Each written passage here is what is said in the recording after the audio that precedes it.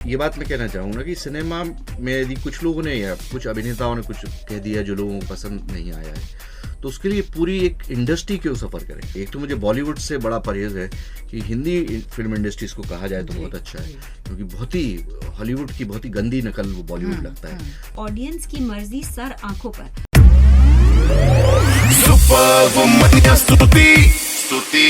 Hi guys, welcome to the super Womaniya show. मेरा नाम है स्तुति। फीवर 104 एफएम आप देख रहे हैं या फीवर 104 एफएम आप सुन रहे हैं। बेसिकली मेरे साथ जो ये दो चेहरे हैं, वी जनरली सेड कि अरे इनको तो इंट्रोडक्शन की जरूरत नहीं, बट एक्चुअली इनको इंट्रोडक्शन की जरूरत नहीं है। We have Tisca Chopra here with us and Mukesh Tiwari.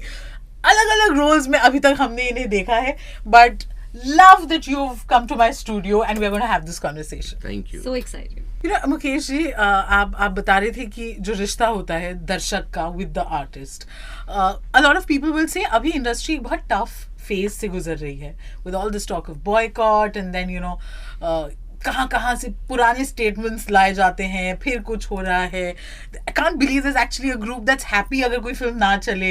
There's another that's really trying to tell us कि भाई पिक्चर चल रही है, and I'm like, why can't people just, everybody relax? But आप क्या बोलोगे?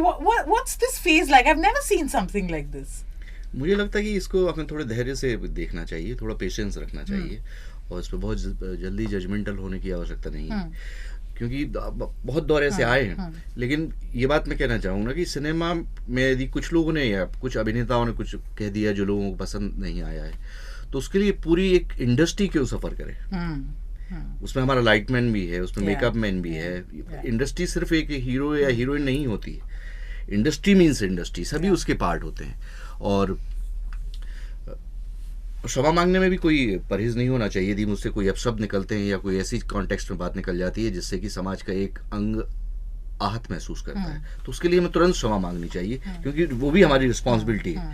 क्योंकि जब हम सार्वजनिक जीवन में होते हैं तो जिम्मेदारियां बहुत बढ़ जाती हैं, और उसका हम आनंद तो लेते हैं लेकिन वो जिम्मेदारियां हम भूलने लगते हैं। सो वो चीज़ें मिसिंग होती हैं कभी कभी।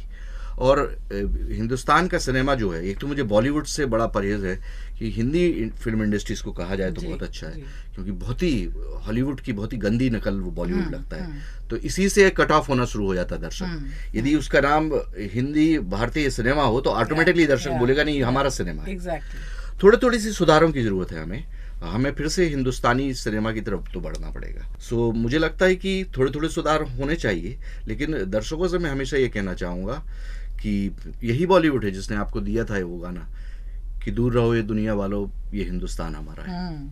एग्जैक्टली। और यदि हम पे इमरजेंसी लगी थी तो हम फिल्म भी बनाई थी गुलजार साहब ने आदि कि इमरजेंसी में ये सब। सो सिनेमा कहता है, और कई बार अच्छा लगे ना बुरा लगे, आपको देखना है नहीं जाना, ये आपका है। वही मैंने कहा ना कि दर्शक ही सब कुछ है, और चीजें होंगी। But this is something you also said recently in an interview कि अगर ऑडियंस नहीं है तो हम कुछ नहीं है। Absolutely. I remember कि लॉकडाउन में जब थिक जो एकदम भारी वाला लॉकडाउन था, तो उस समय मुझे ऐसी घुटन महसूस होती थी because I wanted to perform. तो without the audience I would suffocate. I would really suffocate without you. अगर मैं आप लोगों तक पहुंच ना पाऊं, अब क्या है कि I was waiting for Dehen to come out, तो मैं Instagram पे इतनी रील्स बनाती हूँ, इतना कम्युनिकेट करती हूँ, कभी लाइव करती हूँ, कभी कुछ करती हूँ, because it is a need. और एक बहुत इंटरेस्टिंग कहानी है स्तुति जो मैं आपको बताऊंगी शॉर्टकट में। एक बुक है द वॉर ऑफ आर्ट। तो वो not the art of war, the war of art. उसमें एक शुरुआत में एक चैप्टर है, उसमें वो कहते हैं कि एक परिवार था, एक हस्बैंड एंड वाइफ, उनके 5 या 6 बच्चों की मृत्यु हो गई, और एक बच्चा बड़ी मुश्किल से उन्होंने बचाया, और वो बच्चा बड़ा हुआ और उसका बहुत अच्छा स्किल था टू ड्रॉ, और उसको ड्राइंग नहीं करने दी उसके फादर ने उसको कहा कि तुम मिलिट्री ज्वाइन कर लो, और उसने ना चाहते हुए भी मिलिट्री ज्वाइन कर ली। Was a wonderful architect, could draw buildings and wanted to do architecture. And आप मानेंगे नहीं कि वो कौन बन गया, वो बन गया हिटलर। सो इफ जो आपके अंदर की प्रतिभा है या आपके अंदर का जो क्रिएटिव एनर्जी है, अगर वो बाहर निकल कर अपने ऑडियंस तक नहीं पहुंचेगा तो वो बहुत आपको it can give you depression, it can give you anxiety, it can make your life very uncomfortable. So I think on that note I would say कि ऑडियंस की मर्जी सर आंखों पर. आपको पसंद आए तो हमारी जिंदगी, मतलब जिंदगी से मेरा मतलब बंगला गाड़ी से नहीं है, मतलब कि अंदर की जिंदगी हमारी रौनक आ जाती है लाइफ में. आप लोग का एक कॉम्प्लीमेंट, एक अच्छी चीज हमें हमारी जिंदगी में मतलब वो स्पार्कल ले आती है. वो जो टूथपेस्ट एड में आता है ना, टंग करके ऐसा वैसी शाइन आ जाती है हमारी लाइफ में. और अगर आपको नहीं पसंद है तो we will work harder, we will tell different stories, we will try differently.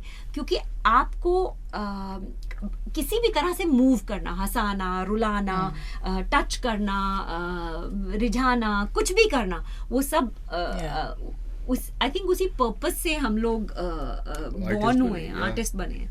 So yeah, that's what I feel. How you know, spoken straight from the heart. और जो आप बोल रहे हैं कि जो रौनक आ जाती है वो दिख ही रही है आप लोगों के चेहरों पे.